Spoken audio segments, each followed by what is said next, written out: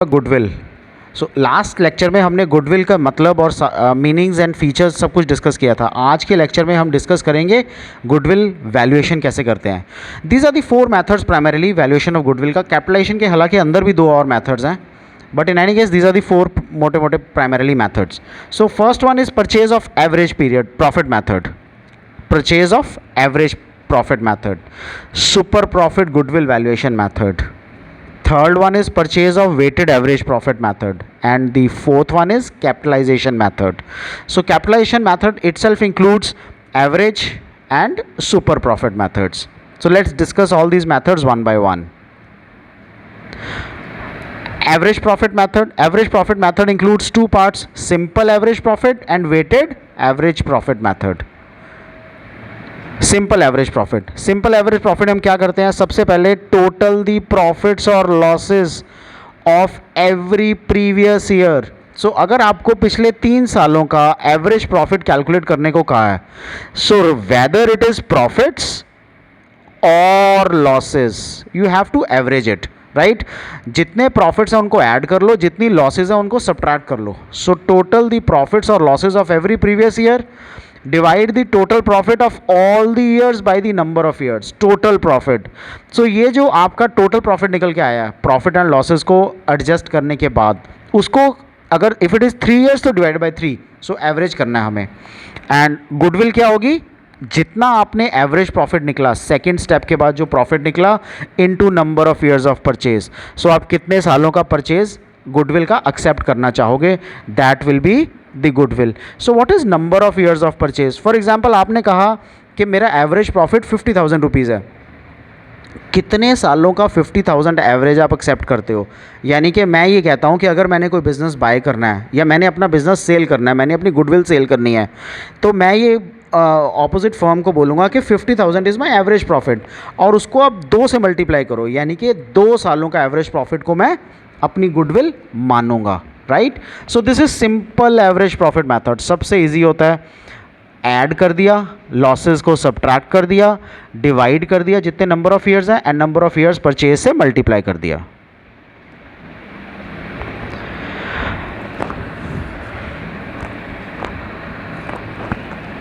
आपको एक चीज़ ज़रूर इसमें कंसिडर करनी है, जो भी आपके पास एवरेज प्रॉफिट आया है अगर उसमें कोई एडजस्टमेंट है जो पेंडिंग है, सो आपको वो एडजस्ट करना है। लेकिन उसको एडजस्ट करने का एक तरीका होता है। वो क्या तरीका है कि आपको नेट प्रॉफिट दिया हुआ है, राइट, आपको सारे के सारे एक्सपेंसेस ऐड करने हैं, सारी की सारी इनकम्स माइनस करनी है, जैसे P&L अकाउंट में होता है। सो P&L अकाउंट हम बनाते हैं ना, अगर आपको याद हो, P&L अकाउंट में हम क्या करते हैं, P&L अकाउंट में हम प्राइमरीली इधर लिखते हैं टू नेट प्रॉफिट, राइट, इधर आती हैं बाय इनकम्स, इधर आता है बाय लॉस, इधर आता है टू एक्सपेंसेस। सो आपको ये फिगर दी हुई है, लेकिन आगे आपको बोला गया कि यार ये कंसिडर करना रह गया एडजस्टमेंट, राइट। सो आपको जब भी कोई एक्सपेंस होगा उसको डायरेक्ट नेट प्रॉफिट में ऐड करना है, जब भी कोई इनकम होगी उसको लॉस में ऐड करना है, तब दोनों को माइनस करके नेट प्रॉफिट निकालना है, right.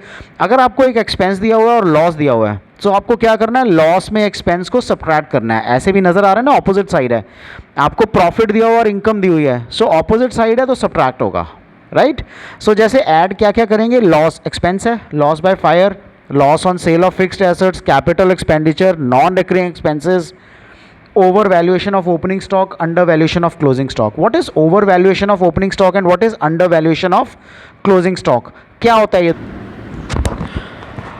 Over valuation of opening stock. हम ओवर वैल्यूएशन का मतलब क्या समझते हैं, ओवर वैल्यूएशन का मतलब है जब किसी भी एसेट की मार्केट प्राइस हायर है देन उसकी एक्चुअल वैल्यू से, जिसको हम उसकी इंट्रिंसिक वैल्यू बोलते हैं।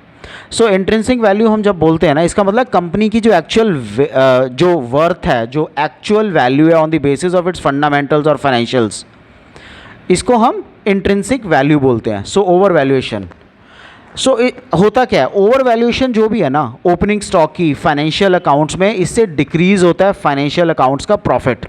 सो ओपनिंग इन्वेंट्री की ओवर वैल्यूएशन का मतलब है profit is under stated and is under valued जब भी opening inventory means higher profit. So under valued जब ओपनिंग इन्वेंट्री होगी, इसका मतलब हायर प्रॉफिट्स होता है। Similarly under valuation of closing stock, right. So इन सब चीज़ों को हम ऐड करते हैं। आपको प्राइमरीली अंडरस्टैंड क्या करना है, हम ऐड किसको करेंगे, अगर नेट प्रॉफिट दिया हुआ है उसमें सारे एक्सपेंसेस ऐड करेंगे, अगर लॉस दिया हुआ है उसमें सारे इनकम्स ऐड करेंगे, right. Next is weighted average profit method. So weights, weighted average profit method, total weights, weighted profits divided by total of weights. So goodwill क्या आएगा, weighted average profit into number of years of purchase. Super profit method, ये method जो है ना, इसमें basically हम super profit calculate करते हैं, average profit minus normal profit. Super profit का मतलब क्या है, जब एक फर्म अर्न करती है higher profit in comparison to the normal profit, then it is called super profit. So आप ये मान के चलते हो कि आपने किसी बिजनेस में 10 लाख रुपए इन्वेस्ट किए हैं, 10 लाख रुपए इन्वेस्ट करके आपको 1 लाख का प्रॉफिट आना चाहिए, विच इज़ 10%, लेकिन आपको 2 लाख का प्रॉफिट आता है, which is super profit. So super profit क्या हो गया, average profit minus the normal profit. So average profit हमने पिछली स्लाइड्स में देखा कैसे कैलकुलेट करते हैं, टोटल ऑफ प्रॉफिट्स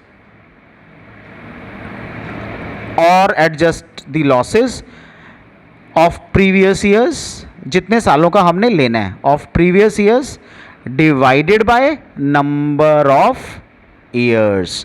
सो ये हमारा क्या बनता है, ये हमारा बनता है average profit, right. Then it is how do we calculate the goodwill under this method. सबसे पहले हम एवरेज प्रॉफिट कैलकुलेट करते हैं, फिर हम नॉर्मल प्रॉफिट कैलकुलेट करते हैं। नॉर्मल प्रॉफिट का मतलब क्या है, जितना आपने पैसा एम्प्लॉय किया है multiplied by the normal rate of return. So आपने 1 लाख रुपया इन्वेस्ट किया है, आपको लगता है कि 10% की रिटर्न आनी चाहिए, so it is 10,000 rupees, right? So that is normal rate of return divided by 100. That is the normal profit. So capital employed into normal rate of return divided by 100. So हमने average profit निकाल लिया, हमने normal profit निकाल लिया, अब हम subtract करेंगे super profit. Average profit minus normal profit is super profit. क्या रह गया अब हमारा, goodwill. So goodwill क्या होगी, super profit into number of years of purchase. कितने सालों का सुपर प्रॉफिट आप बाय करना चाहते हो, that would be the goodwill. मैंने को बताया था capitalization method. Capitalization method is actually the fourth method, right. But इस मेथड में इस मेथड में 2 मेथड्स फर्दर इंक्लूडेड हैं। One is capitalization by average profit method and 2 is capitalization by super profit method. अब कैपिटलाइजेशन का सबसे पहले मतलब क्या होता है, हमने कैपिटलाइज कर लिया, यानी कि capitalised value of the firm is calculated on the basis of normal rate of return. The difference between the capitalized value and the actual capital employed is goodwill. So actual capital employed हमने पिछली slide में देखी है super profit वाले method में, right. Capitalised value हम किसको बोलते हैं, कैपिटलाइज्ड वैल्यू का मतलब है, जब भी हम किसी भी रिकॉर्ड को जब किसी भी कॉस्ट को हम रिकॉर्ड करते हैं या किसी भी एक्सपेंस को हम रिकॉर्ड करते हैं बैलेंस शीट में, ताकि हम उसकी फुल रिकॉग्निशन को एक्सेप्ट कर पाएँ, इसको हम कैपिटलाइजेशन कहते हैं, राइट।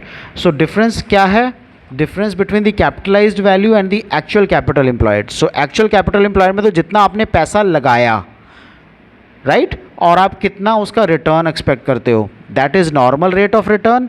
जितना पैसा लगाया is capital employed. Capitalised value का मतलब है आपने जितने एक्सपेंसेस इंकर किए हैं, जितने भी आपने कॉस्ट इंकर की है, आपने इंकर कर दी है कॉस्ट, सो आप उसको कैपिटलाइज्ड वैल्यू मानते हो। This is the capitalization method. Fourth method है ये हमारा कैपिटलाइजेशन मेथड। सो कैपिटलाइजेशन के अंदर capitalization of average profit and capitalization of super profit. Capitalization of average profit, ये स्टेप्स हैं।